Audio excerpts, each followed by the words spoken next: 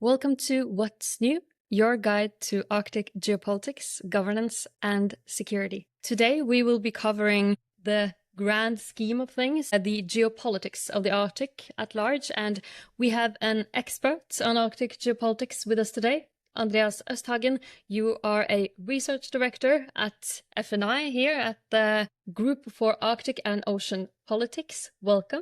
Thank you. Thank you. It's great to have you. So why should we care about Arctic geopolitics? What's the deal with Arctic geopolitics? Because it is one of the parts of the planet where things are changing most rapidly in terms of geopolitics.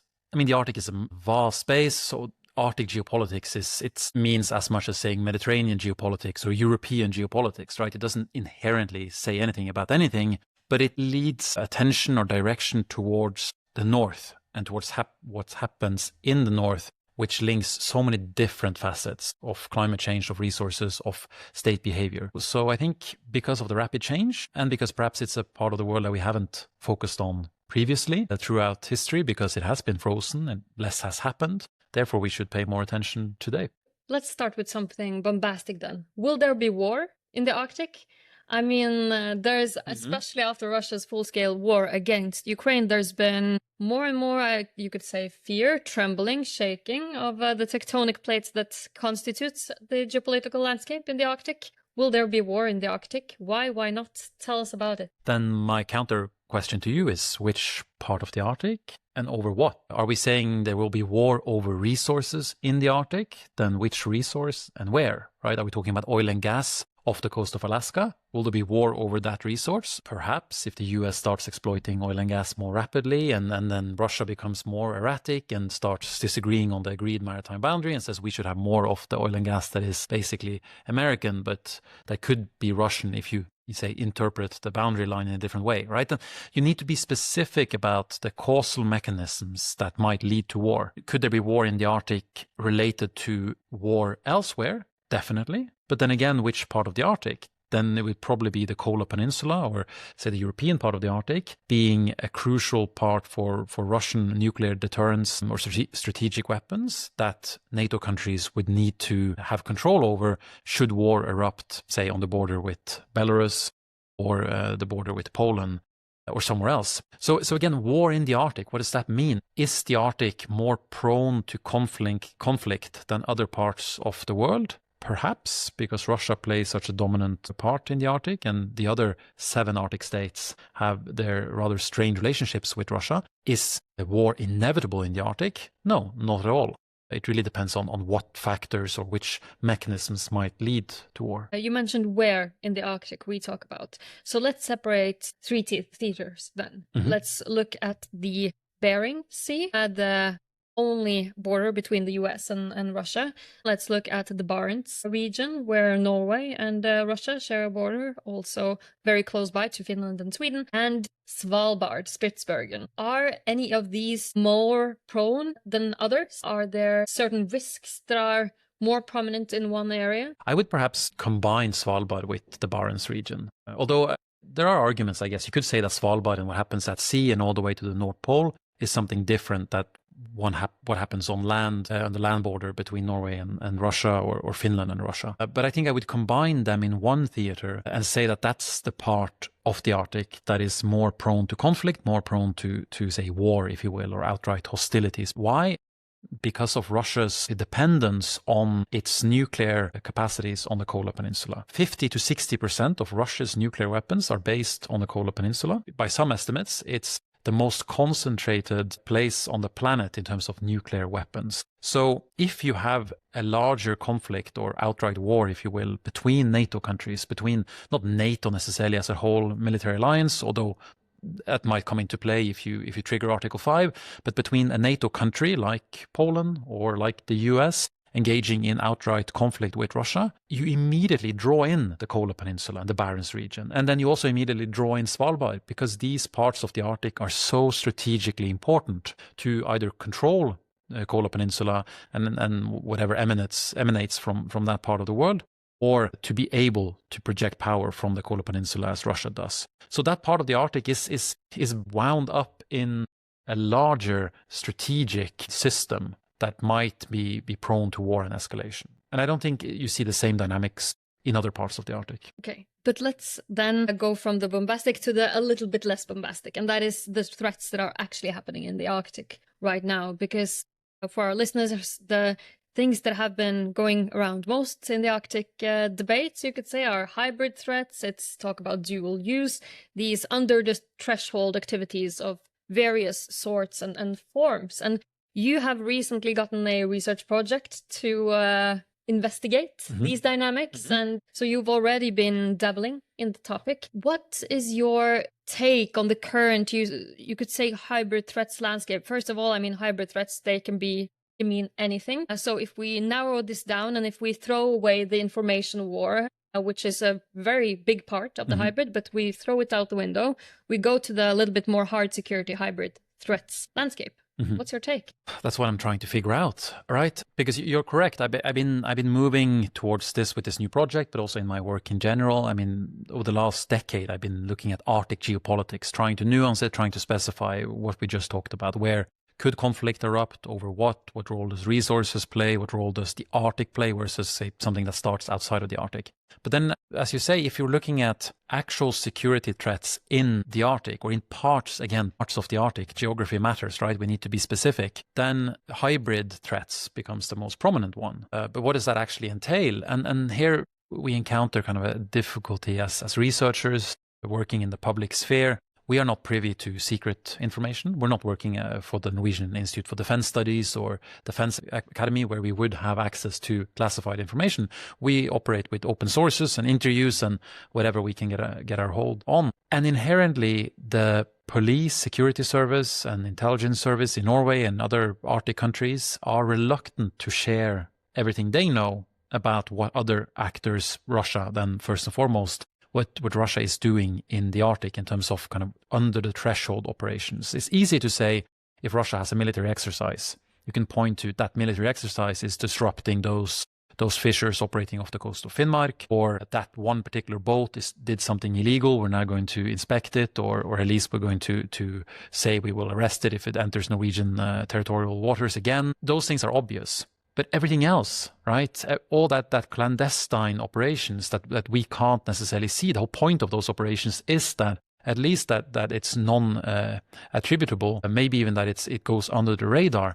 That's the nitty-gritty, I think, of everyday security threats in our part of the Arctic. And our project over the next couple of years, we'll look at especially what happens at sea. So a Russian fishing vessel. Fishing vessels are increasingly in Norway being accused of gathering information illegally, perhaps, mapping the subsea infrastructure that might be in place up north, or that certain Russian research vessels that are granted access to operate in Norwegian waters are researching things that they perhaps could be utilized by the Russian authorities if we're actually in a war. So the question is not perhaps so much what are these activities or how do they look like, because inherently we will encounter difficulties in uncovering that or answering that question.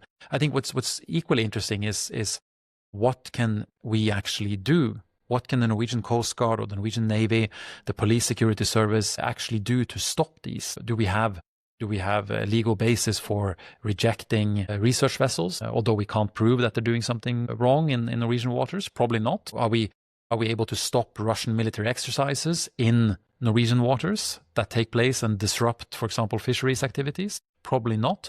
But you immediately encounter gray zones in terms of legal frameworks and operational procedures. Yeah, in a couple of years, maybe I'll give you a clearer answer. Okay, I'll ask you again in a couple of years. Okay.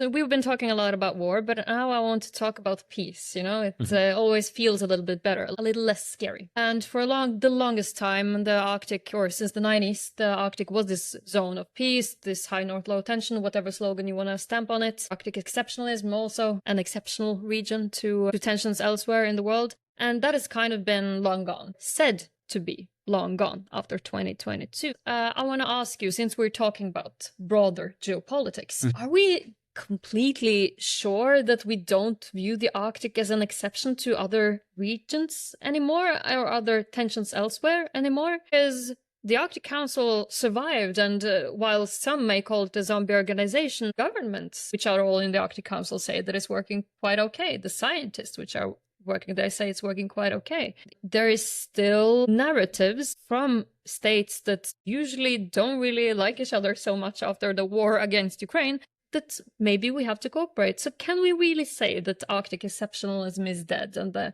high north-low tension is no more? I was never a big fan of this notion before 2022 or before 2014 that the Arctic was exceptional in and of itself. I don't think the Arctic is 4% of the planet. It actually consists of multiple regions. The Arctic is not one coherent region. And there's nothing inherent about that 4% that makes a cooperation more likely and conflict less likely than, say, the Mediterranean or the Caribbean or any other enclosed maritime space that includes a lot of different states. The only maybe difference between the Arctic and other semi or enclosed maritime spaces is that the Arctic is less populated. It's more difficult to operate in that space than in the Caspian Sea or the Persian Gulf or whatever you want to call it. Does that inherently lead to cooperation, making the Arctic exceptional? Perhaps. You could argue, you could make a kind of a functional or a geographic argument saying that because of certain characteristics about the Arctic, if you want to do fish stock management, if you want to do exploration, if you want to actually exploit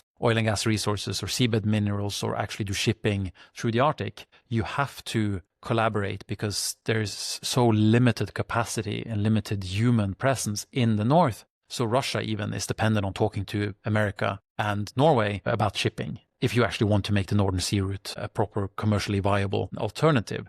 Perhaps that's an argument you could use, and that argument is still relevant today. Nothing has changed with the Arctic's geography, right, after 2014 or 2022 that makes it less relevant. You could also perhaps say that the Arctic is exceptional in a way that it's the one part of the world where Russia is, say, the dominant actor in terms of geography, in terms of population, resources, but also encounters other states that are highly developed democracies, where Russia cannot subjugate these democracies into its performing by its will, as it does in, say, if you say the Caucasus areas, for example, right? It's a Russian dominance in that space, in other parts of the world as well, where Russia kind of encounters or physically borders other countries. You could argue that the asymmetry between Russia and those states make it less of a kind of viable for equal partnerships or equal cooperation. In the Arctic, 7 democratic now NATO member states are bordering Russia,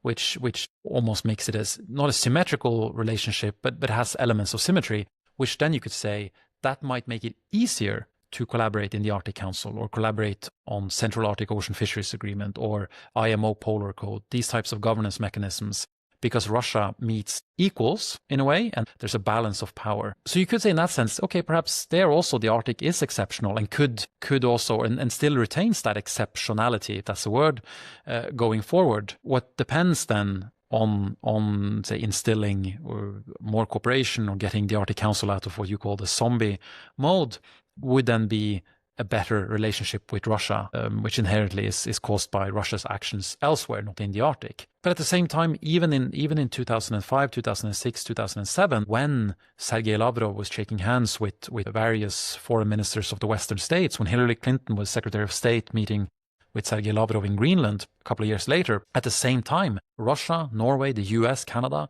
were investing in military capacities in the Arctic. So even during this peak exceptionalist rhetoric, the Arctic still wasn't exceptional that it was sheltered from security or military affairs. So there is this duality, right? The Arctic has exceptional traits due to its geography or due to the composition of its actors, but it's not sheltered from security concerns and from kind of the negative or negative security relations between Russia and actors in the Arctic or elsewhere. So I think the exceptionalism word perhaps sometimes is misused or misinterpreted. Well, the Arctic is not sheltered from tensions elsewhere in the world, and it's also not sheltered from the rest of the world. We've been seeing way more interests from India, from China, from actually also the European Arctic states.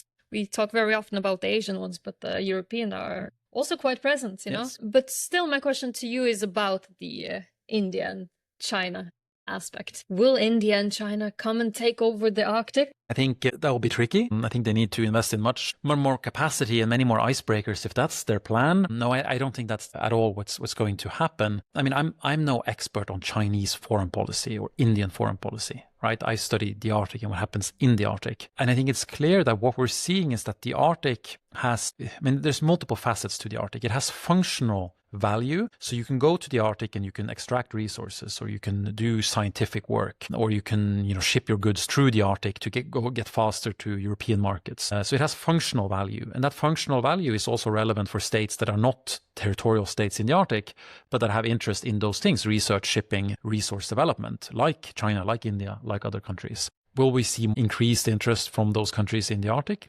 Probably, because we see more interest in research in general from China, from India.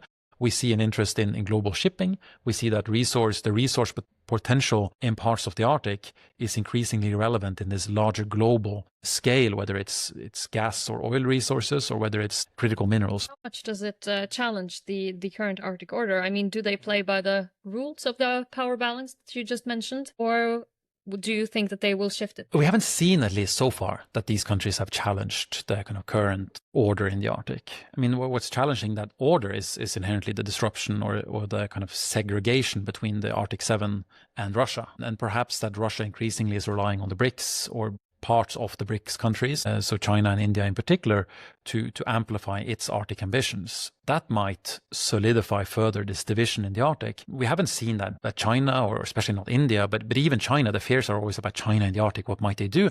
We haven't seen statements coming from top officials. We haven't seen actions in the Arctic, at least not publicly available information about actions in the Arctic that undermine inherently, for example, the law of the sea or the relevance of the Arctic Council or indigenous rights. I think instead what we're seeing, and this comes on top of the functional interest that I talked about. I mean, I think it's legitimate and fair that countries outside the Arctic have functional interest in the Arctic. And that might vary and go up and down and probably will increase in the decades to come.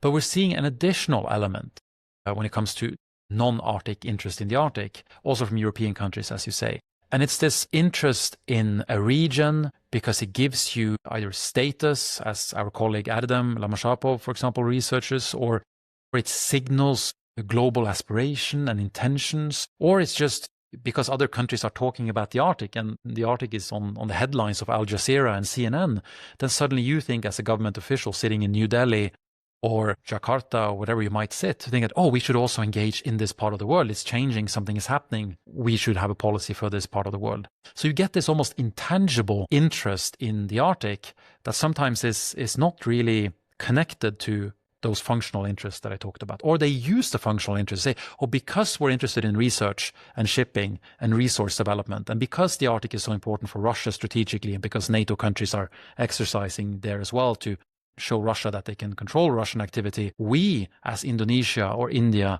or Brazil or Turkey also have a role, or we need to have a stake in this because we have global ambitions, or we're a great power and we're interested in certain things like science or resources. So you get this almost kind of circle or reinforcing effect when it comes to Asian or European interest in the Arctic.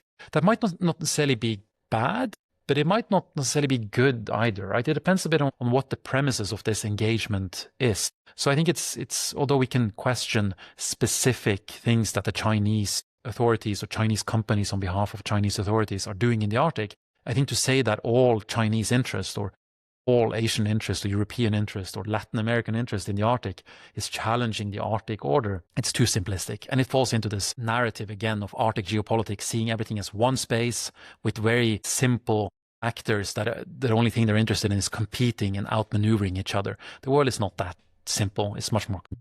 I really like it when scholars say that Arctic geopolitics is a bit more boring. People somehow want it to be. Perhaps. I mean, we use it, right? We used Arctic geopolitics to get attention, to get funding, to fly to Jakarta and talk about Arctic geopolitics. Fine, right? That's okay. We want attention to the topic that we work on. And I think it's more and more of us should be working on this topic because it is relevant. But that also leads to more and more, say, nuance, knowledge, and understanding the complexity of it instead of just highlighting everything with simple phrases. And I think it's a human thing. We do it, media does it to sell more or to simplify complex issues into graspable headlines. But at the same time, we have a role in nuancing those headlines. This is our last question. I want you to tell me, let's say that you come with a policy recommendation. The recommendation you come with now, it's not even a recommendation, it's the law for all of the Arctic and maybe even non-Arctic states if it's applicable for them. One recommendation. What would you say to be implemented right now? A tricky one. I think what's on my mind the most is unintended escalation or an accident that spirals out of control because of increased military activity and because we do not trust Russian actors anymore, right? We have no proper channels of communication. Yes, we have a hotline. Okay, fine. But we don't have any trust building mechanisms at all. And Russia is the majority, or at least half, of the Arctic. And we as Western states, or we as Norway, we as North Norwegians, I'm talking not on behalf of them, but of myself at least, we encounter Russia daily, right? So when Russia does GPS jamming of Eastern Finnmark, or when there's an accident with a Russian trawler around Svalbard, how do we at least de-escalate? If not settle or remove kind of the initial impetus for the tension, which is something else, but how do we de-escalate it? And then you need to have proper procedures for communication, for giving advance notice of military exercises. So if I had to implement a law that everyone had to follow, including Russia, or especially Russia, it is this pre-notification advance notice of any military exercise or military activity, and then formalized mechanisms, including actually meeting with Russian officials, whether that's a Russian Coast Guard official or a Russian Foreign Ministry official, but meeting with them in an Arctic context to discuss why did you do this and that, and how can we reduce the tension next time you do this and that. So at the time right now when tension has in our kind of living time never been higher with Russia, is also the time when we do not talk to Russian officials anymore about that very tension.